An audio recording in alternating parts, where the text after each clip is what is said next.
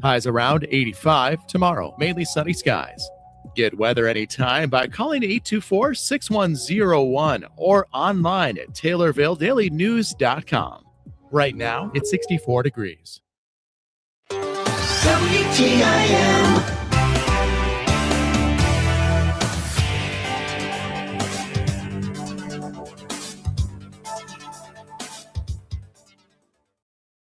You're listening to WTIM, your information station. Time now for your expanded local news. I'm Reed Kamai. The Taylorville City Council is set to meet tonight at 7 for its first of 2 regular monthly meetings to discuss several items. Council members are expected to recognize the Christian County Fair Queen Court and administer the oath of office to new Taylorville firefighter Dylan Glasscock. Among the items on the agenda is a proposed ordinance that would add language to the Taylorville City Code prohibiting kratom within the city. Council members will also consider a redevelopment agreement involving TG Partners LLC and James D. Mazier for property located at 815 West Spresser Street through Business Development District Number 1. The council is also expected to discuss the purchase of a new 2025 KME K180 custom chassis pumper truck for the Taylorville Fire Department. The proposal includes authorizing the city to borrow funds for the equipment. Another ordinance on the agenda would establish special use permit rules and regulations for battery energy storage systems, also known as BESS facilities. Council members will consider approving grant activity services from Benton Engineering for the city's Route 48 Water Main Improvement Project, which is being funded through the Illinois Department of Commerce and Economic Opportunities Community Development Block Grant Program. The meeting agenda also includes approval of a special events permit for the Kiwanis Club of Taylorville's Winter Coat Drive, which will collect donations in September to benefit the Head Start program. During committee reports, the Street and Sewer Committee will discuss a possible amendment to City Code adding a no parking restriction on the north side of the 800 block of West Market Street. The council will also hear updates from the city attorney and mayor before considering approval of more than $419,000 in city bills. Keep following along with TaylorvilleDailyNews.com for updates after the meeting. Drivers traveling rural roads in Christian County are being reminded to use extra caution as the growing season reaches its peak. The Christian County Health Department says cornfields are now at their tallest, creating limited visibility at many rural intersections throughout the area. Those tall crops can make it difficult for drivers to see approaching vehicles until they're already entering an intersection. Health officials are encouraging motorists to slow down as they approach rural intersections, even if they travel those roads every day. Drivers should take time to carefully look in all directions before pulling out or crossing an intersection. Officials also remind drivers that if you cannot see another vehicle because of the corn, there's a good chance the other driver cannot see you either. Taking just a few extra seconds to slow down and look twice can help prevent serious crashes and protect everyone using rural roadways. The Christian County Health Department encourages all motorists to stay alert, reduce their speed when visibility is limited, and work together to keep rural roads safe throughout the growing season. More information on the Christian County Health Department can be found online at cchdil.org.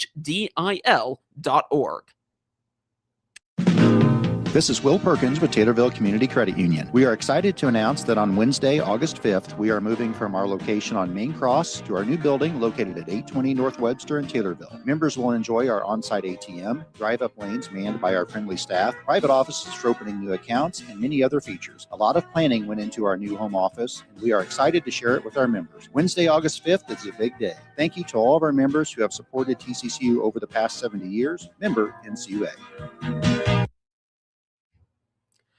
The Taylorville Public Library is calling on the community to help keep its micro food pantry stocked. They received donations as well from the Taylorville Food Pantry, but demand has outpaced what the library has supplied. The library hosts the micro pantry through its affiliation with the Christian County Prevention Coalition and also hosts that group's monthly meetings.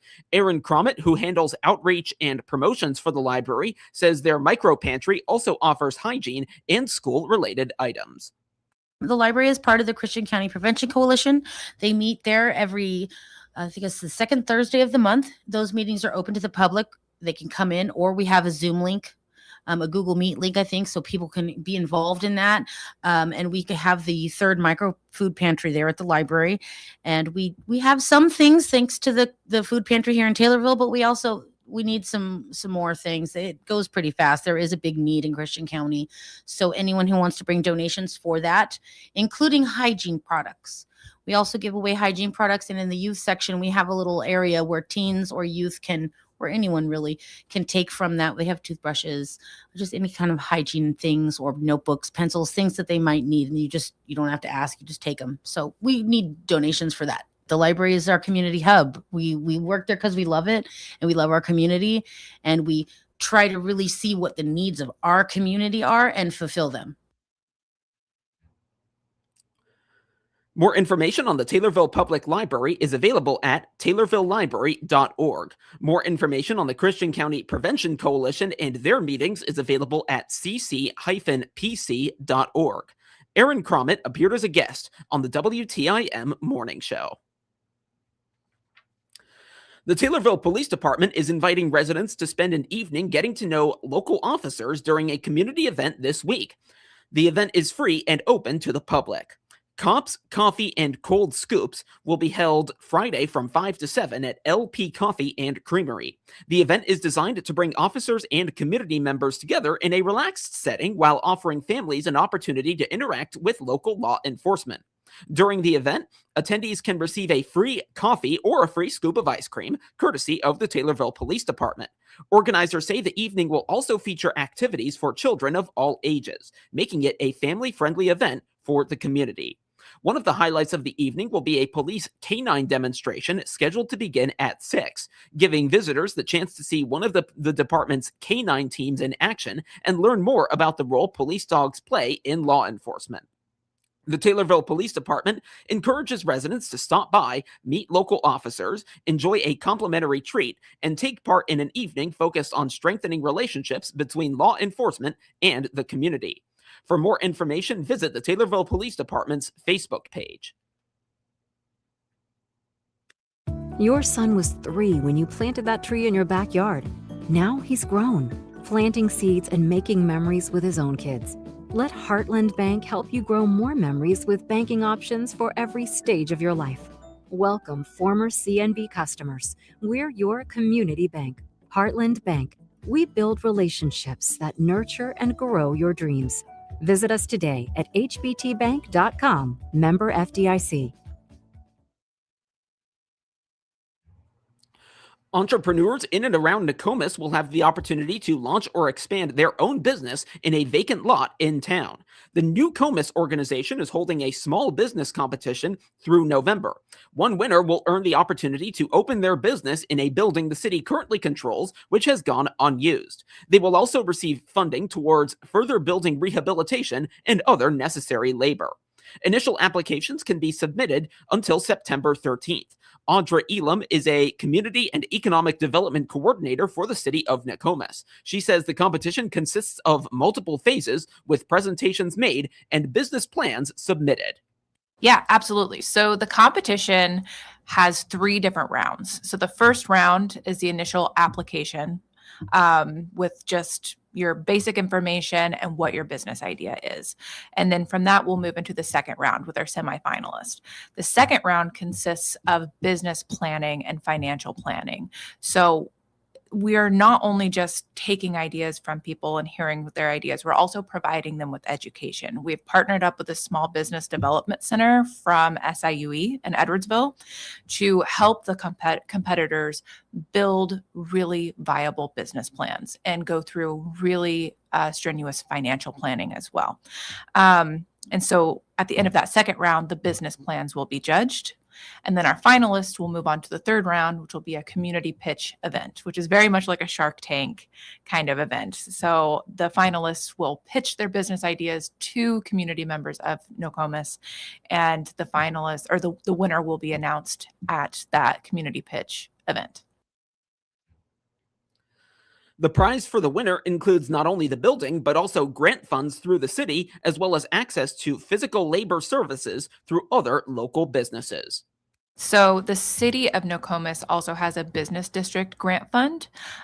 They are willing to up the cap on that business district grant. Is normally $25,000. They're upping it up to $50,000. So the winner will get the building, up to $50,000 in matching grant funds from our business district to go towards building renovation costs. And then we have also partnered with several construction workers and services as well to give in-kind donations and labor and services. So for example, we have Easter Day Electric that is donating up to $1,000 in labor. We have Wareham Security also.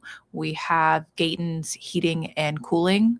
We have Umberger Masonry. We have a gentleman who does power washing in town. We have a gentleman named Mike Spencer who does roofing as well. So all of these kind of services packaged up in an incentive deal along with the building and the business district grant funds. Elam says the city and the Nokomis organization have wanted to preserve the unused building and believe giving it away through the competition is a way to do just that. Sure. So Nokomis, the community development group that serves the city of Nokomis as a community organization, they actually got this building and we are giving it away for free. We want to preserve this building. It is beautiful. It's a beautiful downtown building. It still has the original tile metal ceilings, and there's just so much character to it. So we really want to preserve this building. And more than that, we want to support somebody with a dream, support somebody with a great business idea. So to do that, we're like, well, why don't we do a small business competition and help somebody build up a great business plan and give them the building to start their business in. Elam says the city and Nokomis are open to most kinds of businesses that would welcome those of all ages, but they want something that is poised to last.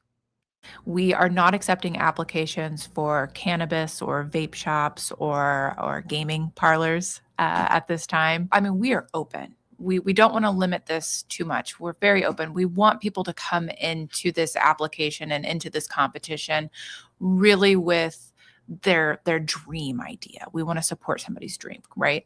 But I mean, looking at an economic and community development perspective, sure, Nokomis would very much benefit from having more dining and retail. There are different services that don't exist in such a rural community like Nokomis that our community needs. You know, if you fill a gap, if you're filling a community need, that is going to be something that we do pay attention to, right? But at the end of the day, is your business plan something that serves the community? Does it fill a need? And is it going to be sustainable? That's really what we're going to be looking at, is the sustainability of that business. More information on the small business competition is available on its Facebook page. Audra Elam appeared as a guest on the WTIM Pana Morning Show. It was about a year ago when the Illinois State Fair lined up Ella Langley. Since then, the country music recording artist has risen to the top of the charts and is a major attraction. State Fair manager Rebecca Clark says it's an exciting get.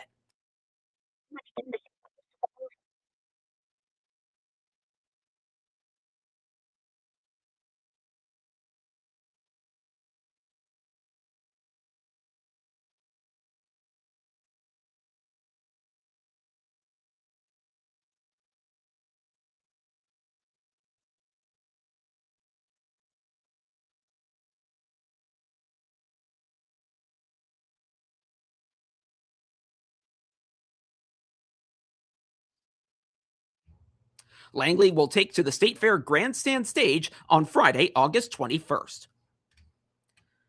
Now to obituaries, which can be found at TaylorvilleDailyNews.com.